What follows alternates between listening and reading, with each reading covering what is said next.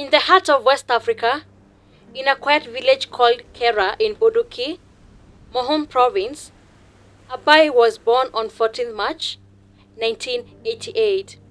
His name is Ibrahim Traoré. Raised in humble surroundings, Ibrahim's journey began like that of many African children, walking dusty roads to schools, carrying big dreams in a small backpack. He completed his primary education in Boduki, showing early signs of brilliance and discipline. Those around him recall a boy who was both quiet and intensely focused, a student with a spark that couldn't be ignored. In 2006, he enrolled at the University of Ouagadougou to study geology. While pursuing his studies, he became active in student politics, joining the Muslim Student Association and the Marxist Learning, ANEB. There he became known for standing up for others and speaking out against injustice. He graduated with honors, but his journey was just beginning.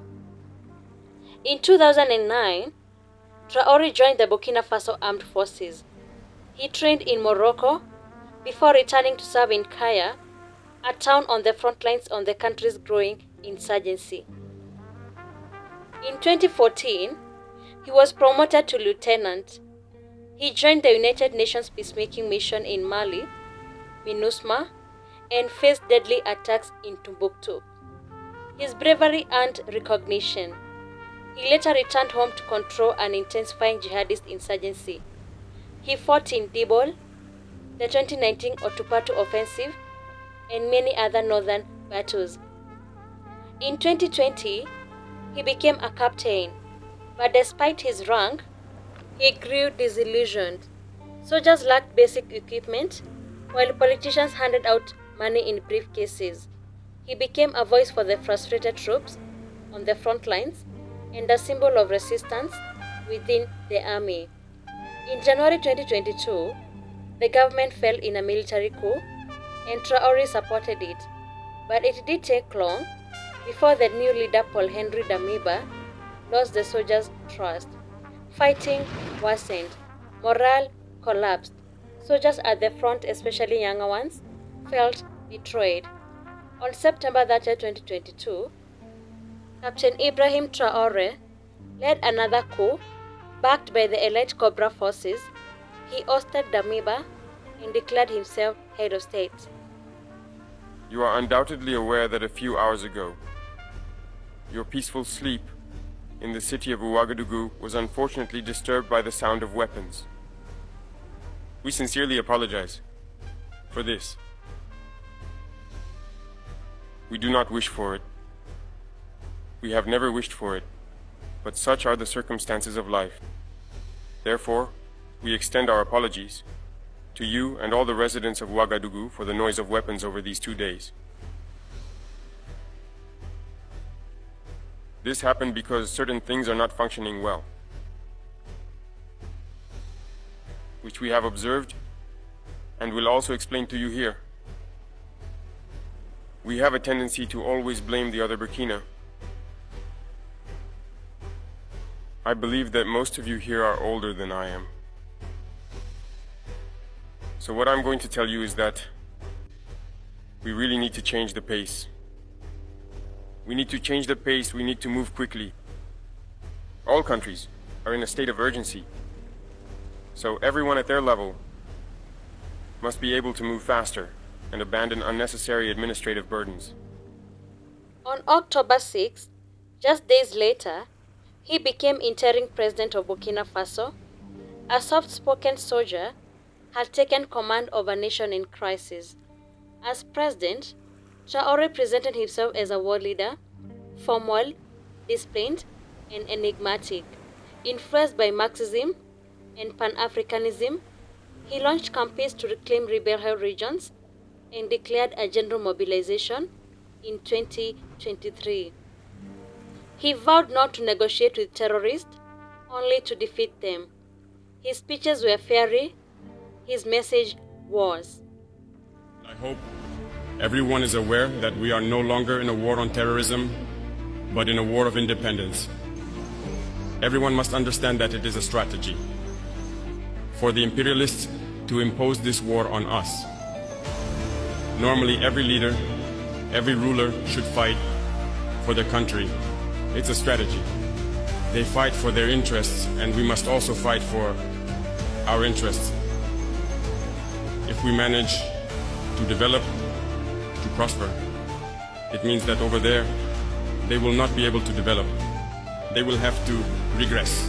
If we manage to transform our raw materials tomorrow, it means that over there, factories will close. Do you understand the logic? So it's normal that they fight to disrupt our society, to keep it in this constant war, so that we can never think about developing one day. And then they will continue to develop, while we will still be here exporting our raw materials to them and our youth, suffering in poverty, trying to cross the ocean, to go beg over there. With rising insecurity, Traoré questioned whether elections could be held in 2024, backtracking on his original promise. Not everyone was pleased. In September 2023, another group within the military tried to overthrow him, but failed. In December 2024, Traoré dissolved his government and removed the prime minister. Months later, a national consultation extended his presidency for 5 more years and allowed him to run for office. Many political parties boycotted the process, but Traoré supporters stood firm, calling him the only one with courage to face the enemy. In a continent shaped by struggle, few leaders ignite both admiration and controversy as fiercely as Captain Ibrahim Traoré. At just 37 years old, his legacy is already being written, not in history books, but in the hearts and streets of a nation in transition. To some, he is a modern Thomas Sankara, bold, uncompromising, and rooted in African pride. To others, he is a military leader whose grip is on power risk, bearing democracy under the weight of war.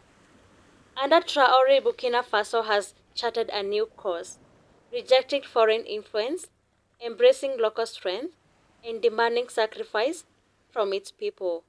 But that path remains uncertain. For every victory against insurgents, there are lives lost. For every speech on sovereignty, there are questions about freedoms, transparency, and the future of democracy.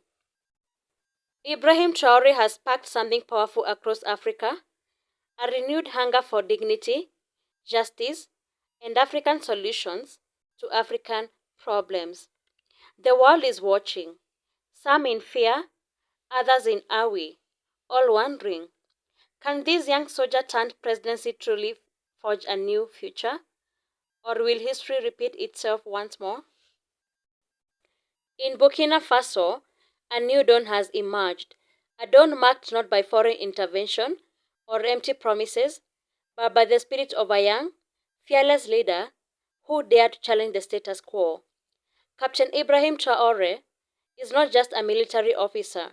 He is a symbol of hope, a flame that has reignited the dreams of millions, not only in Burkina Faso, but across the African continent and beyond. In a world where many young feel silenced, forgotten, or disillusioned by politics, Traoré stands as a living reminder that youth is not a weakness, it is a force. He has shown that change does not have to wait for age or experience. With courage, conviction, and a vision rooted in justice, he has taken the reins of a struggling nation and breathed new life into it. This is not just about his story.